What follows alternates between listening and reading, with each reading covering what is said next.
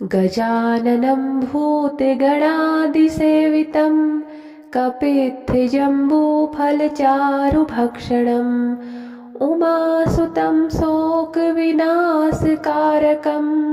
नमामि विघ्नेश्वरपादपङ्कजम्। एक बार भगवान शिव तथा माता पार्वती नर्मदा नदी के किनारे बैठे थे। वहाँ माता पार्वती ने भगवान शिव से समय व्यतीत करने हेतु चौपड़ खेलने को कहा।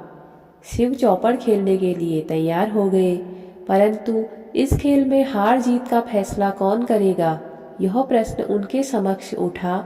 तो भगवान शिव ने कुछ तिनके एकत्रित कर उसका एक पुतला बनाकर उसकी प्राण प्रतिष्ठा कर दी और पुतले से कहा, बेटा, हम चौपड़ खेलना चाहते हैं, परंतु हमारी हार जीत का फैसला करने वाला कोई नहीं है, इसीलिए तुम बताना कि हम दोनों में से कौन हारा और कौन जीता।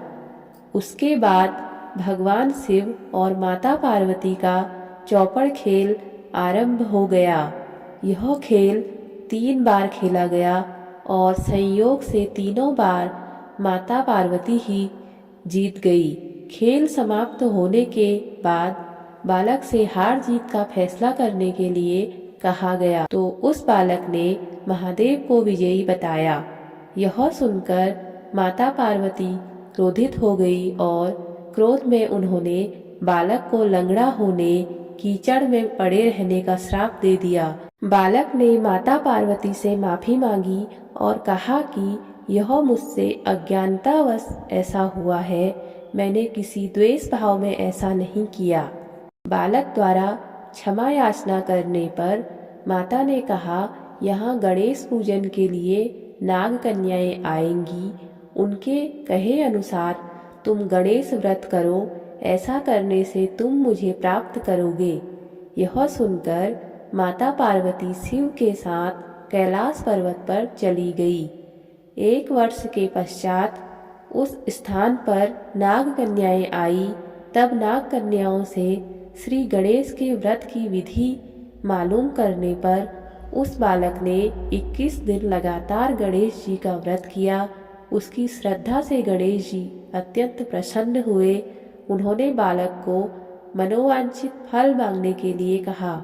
उस पर बालक ने कहा, हे विनायक, मुझमें इतनी शक्ति दीजिए कि मैं अपने पैरों से चलकर अपने माता पिता के साथ कैलाश पर्वत पर पहुंच सकूं और वे यह देख प्रसन्न हों। तब बालक को वरदान देकर श्री गणेश अंतर्ध्यान हो गए। इसके बाद वह बालक कैलाश पर्वत पर पहुंच गया और कैलाश पर्वत पर पहुंचने की अपनी कथा उसने भगवान शिव को सुनाई। चौपड़ वाले दिन से माता पार्वती शिवजी से विमुख हो गई थी, अतः देवी के रुष्ट होने पर भगवान शिव ने भी बालक के बताए अनुसार 21 दिनों तक श्री गणेश का व्रत किया। इस व्रत के प्रभाव से माता पार्वती के मन से भगवान शिव के लिए जो नाराजगी थी वह समाप्त हो गई।